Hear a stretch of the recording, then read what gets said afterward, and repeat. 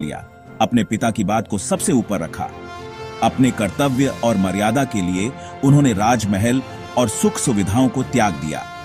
राम के चेहरे पर कोई शिकवा नहीं था, बल्कि एक शांत दृढ़ता थी जिसने सबको चौंका दिया।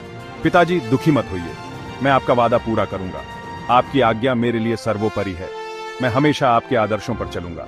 सीता और लक्ष्मण ने राम के साथ जाने की जिद की, क्योंकि वे राम को अकेला छोड़ने का विचार भी नहीं कर सकते थे। उनके लिए राम ही सब कुछ थे।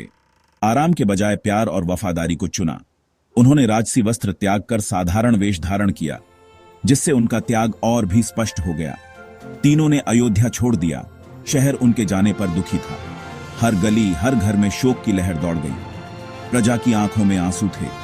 राजा दशरथ दिल टूटने से मर गए। अपने प्रिय पुत्र के बिना जीना उनके लिए असंभव था, और भरत ने सिंहासन लेने से मना कर दिया। राम के लौटने का इंतजार करने की कसम खाई। उसने राम की खड़ाओं को सिंहासन पर रख दिया।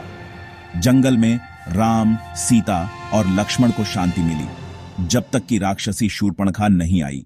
उनकी साधारण जीवन शैली में भी संतोष था। शूर्पणखा, मैं अपनी पत्नी के प्रति समर्पित हूँ। तुम्हारे प्रस्ताव को स्वीकार करना मेरे धर्म के विरुद्ध है। लक्ष्मण ने सीता की रक्षा की और राम के आदेश पर सतर्कता बरती। शूर्पणखा को घायल कर दिया, जो बदला लेने की कसम खाकर भाग गई। उसकी चीखें जंगल में गूंज उठी। अंधेरा वनवासियों के करीब आ गया और उनके जीवन में एक नया संकट मंडराने लगा। शूर्पणखा का बदला उसे लंका के राक्षस राजा रावण के पास ले गया।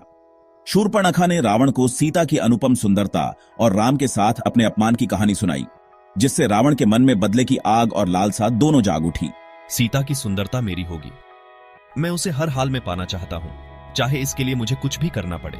रावण ने सीता के अपहरण की एक चालाक योजना बनाई। उसने अपने मामा मारीच को बुलाया और उसे एक अद्भुत सुनहरा हिरण बनने को कहा, ताकि राम और लक्ष्मण को सीता से दूर किया जा सके। मारीच ने रावण की योजना मान ली और जंगल में एक आकर्षक हिरण का रूप धारण कर लिया। लक्ष्मण, सीता की रक्षा करो।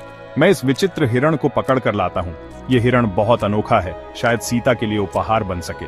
मारीच की मरते हुए आवाज से धोखा खाकर सीता ने लक्ष्मण से राम की मदद करने का आग्रह किया। लक्ष्मण ने सीता की सुरक्षा के लिए एक जादुई रेखा खींची, जिसे लक्ष्मण रेखा कहा जाता है, और सीता को उसके भीतर रहने को कहा।